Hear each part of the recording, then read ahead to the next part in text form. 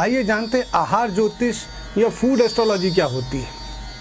पहला सुख निरोगी काया, दूजा सुख घर में हो माया, तीजा सुख सुलक्षणा नारी, चौथा सुख सुत आज्ञाकारी। पहला सुख प्राप्त हो जाए तो बाकी सुख भी धीरे धीरे मिल ही जाएंगे। ज्योतिष में ग्रहों के अशुभ फल को कम करने के लिए और शुभ ग्रहों को बल प्रदान करने के लिए आमतौर पर सभी सलाहकार रत्नों की सलाह देते हैं। प्रत्येक ग्रह के अनुसार मनुष्य को रत्न बताए जाते हैं। जैसे सूर्य के लिए माणिक्य का उपयोग किया जाता है। कुछ ज्योतिषी लाल किताब के उपायों के द्वारा भी समस्या का समाधान करते हैं। कुछ लोग वैदिक मंत्रों का भी उपयोग करते हैं। इस प्रकार प्रत्येक ग्रह के मंत्रों का जाप भी बहुत फलदायी रहा है। इसी प्रकार प्रत्येक ज्योतिषी अपने अनुभव के आधार पर विभिन्न उपाय बताते हैं, चाहे रत्न हो, मंत्र हो, यंत्र हो, दान, पूजा, यज्ञ इत्यादि। इसके अतिरिक्त यदि हम प्रत्येक ग्रह के अनुकूल संतुलित खाद्य पदार्थ को भी अपने जीवन में सम्मिलित कर लें तो निश्चित रूप से अपने तन और मन को अधिक स्वस्थ और सुंदर बना सकते हैं। अपने व्यक्तिगत अनुभव से मैंने यह महसूस किया है कि संतुलित आहार द्वारा भी हम विभिन्न ग्रहों को बल दे सकते हैं तथा शुभ कारक कमजोर ग्रहों को बलशाली बना सकते हैं। स्वास्थ्य के प्रति शुभ फल बढ़ा सकते हैं। जैसे सूर्य को आत्मा कारक ग्रह माना गया है। यह प्रथम, नवम और दसम भाव का कारक ग्रह है। इन भावों से हम रूप, रंग, स्वास्थ्य, गुण, स्वभाव, आत्मा, सुख दुख, मानसिक शांति, धार्मिक प्रवृत्ति एवं कर्म क्षेत्र का विचार करते हैं। सूर्य ग्रह के श्रेष्ठ भोज्य पदार्थ इस प्रकार हैं, जैसे गुड़ है, गेहूं है, जौ है, खुमानी है, मुनक्का है, खजूर है, छुआरा है, गन्ना है, किशमिश, मक्का इत्यादि।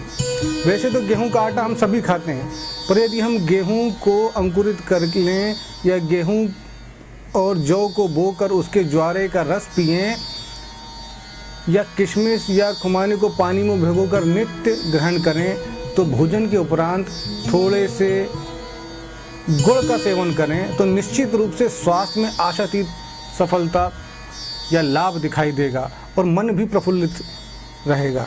और कहा भी गया है, मन चंगा तो कठौती में गंगा। इस प्रकार भोज्य पदार्थों से विशेष स्फूर्ति का अनुभव होगा और आत्मिक बल प्राप्त होगा। कर्म क्षेत्र में विशेष उत्साह बना रहेगा और हड्डियां मजबूत होंगी। इसी प्रकार चंद्रमा को मन का कारक ग्रह माना गया है और यह चतुर्थ भाव का कारक ग्रह है।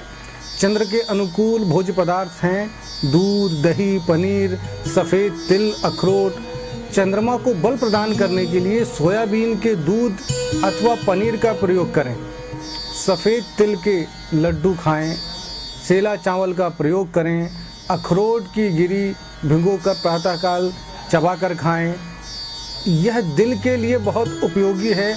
हृदय रोगियों के लिए बहुत फ़ायदा होता है। जो बच्चे रात को बिस्तर गीला करते हैं उन्हें नियमित रूप से तिल का सेवन कराया जाए तो समस्या से छुटकारा पाया जा सकता है। इसी प्रकार मंगल तृतीय और छठवें भाव का कारक ग्रह है। इसका अनुकूल रंग लाल है। इसके अनुकूल भोज्य पदार्थ हैं अनार, गाजर, मोठ, लाल चौलई, चुकंदर, टमाटर, लौंग, मसूर, लाल मक्का इत्यादि।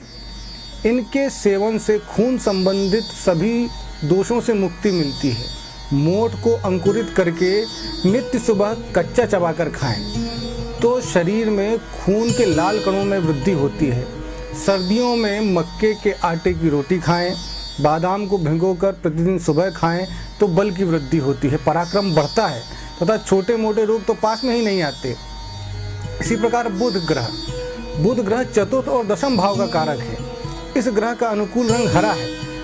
इस ग्रह को बल प्रदान करने के लिए संतुलित भोज्य पदार्थ इस प्रकार हैं: हरा आंवला, मूंग, मेथी, लौकी, बथुआ, पालक, सरसों, गेहूं और जौ के ज्वार अथवा हरी दूब और कच्चा हरा पेठा।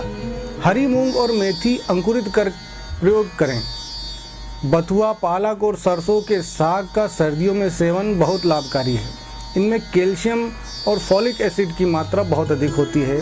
ये खून की नलियों को साफ रखते हैं। पालक का बीटा कैरोटीन नामक विटामिन शारीरिक विकास में बहुत सहायक होता है।